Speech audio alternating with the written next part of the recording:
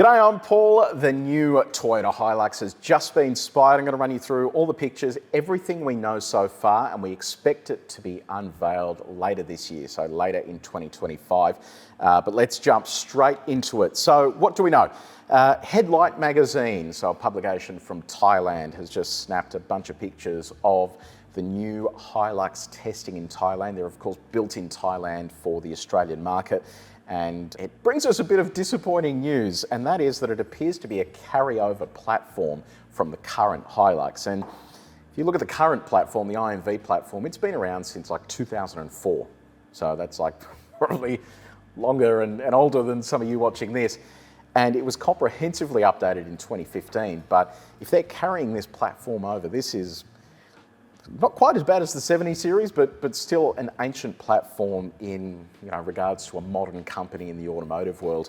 What is a platform, just in case you're not entirely sure? Well, it's the underpinnings of a vehicle. It's basically the chassis, the dimensions, the electrical system, the drivetrains. It's all of the bits that form part of what the vehicle can do.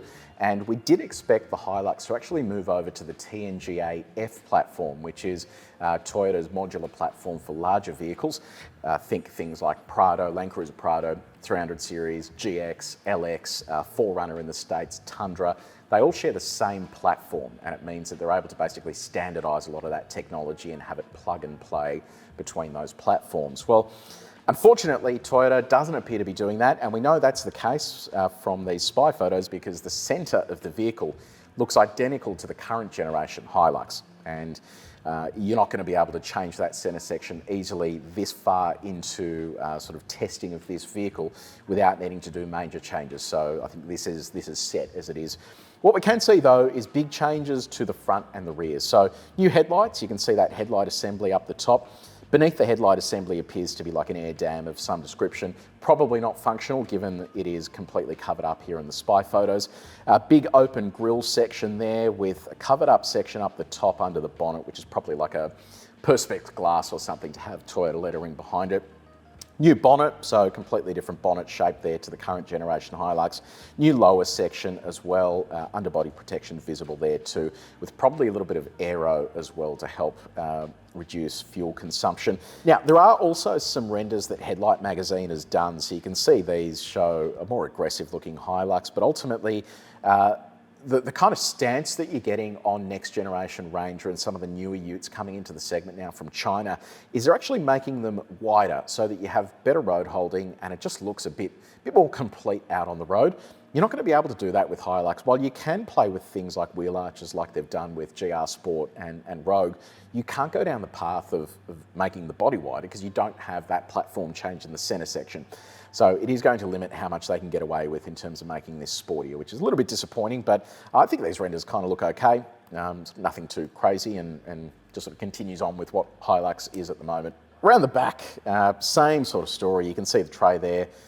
Similar in terms of size, so dimensions are probably fairly unchanged. You can't really throw a bunch of length on this because the chassis, for example, the chassis rails are going to be able to withstand a certain amount of load. If you make the back of the vehicle longer and you do things like towing, you're going to be adding weight further down the back, acting like a cantilever beam, and that is going to add more stress to that chassis, which will inevitably result in Triton gate, which you see with some previous generation Tritons where they just go bloop, they just snap over because they've just added too much weight over the rear of it. So I think that we're not going to see a huge departure from the current payloads and towing capacity.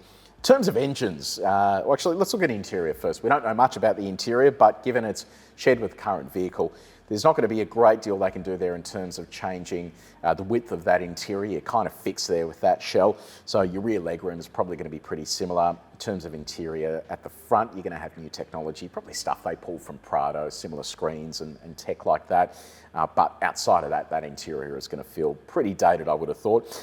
One of the biggest things we've noticed, and I don't know whether this is just, I don't know, I'm reading into it a bit too much, but in the background of one of these photos, you can actually see a Ford Ranger Storm Track, and Storm Track is the name they've given to the plug-in hybrid Ranger. They do offer a Stormtrack variant in Thailand, and it's a little hard to tell from this angle whether that vehicle is in fact a plug-in hybrid or just the 2-litre diesel, which means they're probably just benchmarking it against the other big sellers in the segment. The interesting thing to note as well is that if they do carry over this platform, it means they're restricted to the engines that are currently available to that platform, or effectively restricted to them. So that means 2.8-litre diesel will probably carry over 500 newton metres of torque, more than adequate 48-volt mild hybrid system that they've introduced now. To comply with the Australian emissions regulations, and I'll run you through those in a second, they may actually need to do some work on emissions, perhaps make it Euro 6 with AdBlue to bring those emissions down so that Toyota doesn't cop the fines they're expecting to cop if they continue with the current trajectory on this vehicle. If that is a plug-in hybrid Ford Ranger, it means they're probably looking at plug-in hybrid technology. But again, what casts doubt on that to me is that Toyota's more a hybrid than a plug-in hybrid company when it comes to these types of vehicles.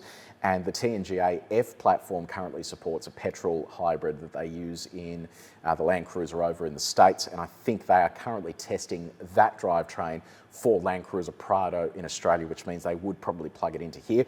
Toyota is one of those companies that for key products like this, they will not go and find an engine that they haven't tested in this type of application before. So it is very unlikely that this HiLux will launch with a hybrid because it will be untested in this type of platform to the degree that you would expect a workhorse like the HiLux to have, which leads me to believe they'll probably have slight tweaks and a carryover of most of the drivetrain components they currently have available in HiLux. You can see, if you zoom in here, disc brakes on that rear axle, or what appears to be disc brakes. They did roll that out with Rogue and GR Sport, so it's good that they have that technology. I mean, brands that launch like Mitsubishi on the Triton, launching with drum brakes in 2024, honestly just absolutely absurd. Now, in terms of the government emissions regulations we have in Australia, they're called NVES, and this probably deserves its own video, but I reckon it is a big old pile of poo, because what it's going to do is force cost of living pressures even higher for average Australians. And why is that the case? Well, the way that it's structured is that the government will look at the total fleet sales that a car company has, and they've set a benchmark for certain types of vehicles in terms of emissions. If you sell vehicles above that average, they are going to start fining you. And guess what? Companies have shareholders, and shareholders don't like it when companies lose money. So the company isn't just going to go, oh, great, we'll accept that fine, no dramas. They're going to go, yes, we'll accept that fine. We'll average the increase of that fine cost across our entire range or specific vehicles. And what that is going to cause is the cost of vehicles like the HiLux, the Land Cruiser, all going up in price, because Toyota isn't just going to cop that fine on the chin, they're going to pass it on to consumers. And you can argue already that Prado has had a significant jump in price, so they can probably already absorb a lot of that, but HiLux hasn't. So they have the option of jacking the price of that up or jacking the price of other vehicles in their range up. And if you're a tradie that is buying one of these and is forced to buy one of these and pay more for that vehicle because you have no alternative that meets this sort of green mandate by the government, or very few alternatives that are realistic for your line of work, you're then going to pass that cost on to consumers when you come and do work at their house. So ultimately, it's a very poorly thought out strategy. The reason it's poorly thought out is that giving manufacturers a year or 2 years notice, I mean, this platform dates back to 2004. 20 years ago. So if you're giving them a year or 2 years notice, how are they going to turn this around and materialise an engine that's going to meet your requirements, but still also work as intended in this vehicle? It's just absolute lunacy. So I think that thing is an absolute turd.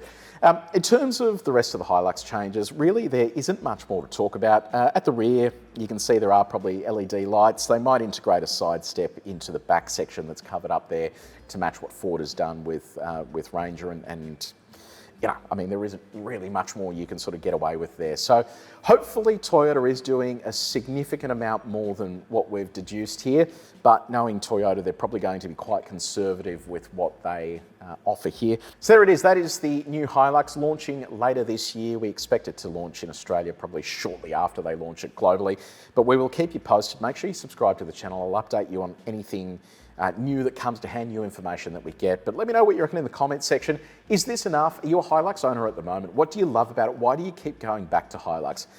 If they don't comprehensively change this, is this enough for you to switch to other brands? Let me know what you reckon in the comments section below, and make sure you have subscribed so you can find out every single time we publish something new on this. But until next time, take it easy.